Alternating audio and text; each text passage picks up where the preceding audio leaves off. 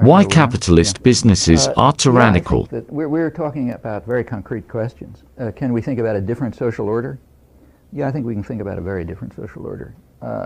Getting rid of money is one part of it, which I don't think is the crucial part. The crucial part is getting rid of tyranny. We happen to be living in a system which would have driven the founding fathers up the wall, and which any Enlightenment figure like Adam Smith or someone would have found horrendous.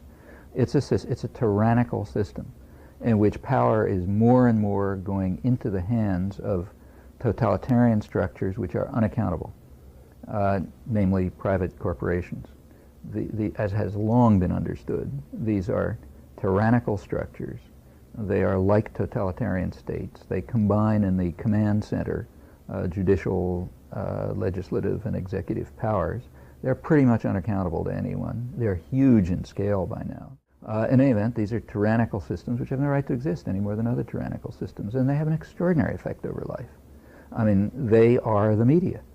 When we talk about the media reflecting their interests, that's, like saying, I reflect my interests. Yes, of course they do. It's not just the media, it's the entertainment industry and advertising and so on. This is all a reflection of a network of private tyrannies. They have an overwhelming effect on government. They don't like government because government has a defect.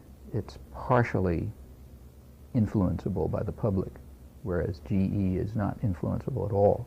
So they've been trying to create for 50 years, they've been trying to create a mood of anti-politics, hate the government. True, we have the government pretty much by the throat, but it's not totally. Those guys out there can still influence it. So let's get them to hate the government, in particular to hate the federal government, except for the parts that work for us, and those increase, like the Pentagon, say. So increase that one, because that works for us. But cut down the parts that work for anyone else, go down to the state level, reduce them even further, put even more decision-making into the hands of private, unaccountable power. That's the core of the system. And that's what's got to be dismantled, totally. I mean, it has no legitimacy. Comes out of the same intellectual roots as fascism and Bolshevism and ought to be dismantled the same way. Where you go from there, well, there one could discuss. There are lots of ways in which you could have a democratically run society.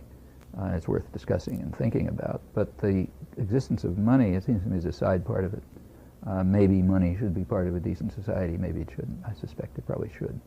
Some form of means of exchange. But it's kind of like a technical question on the side. The real question is tyranny.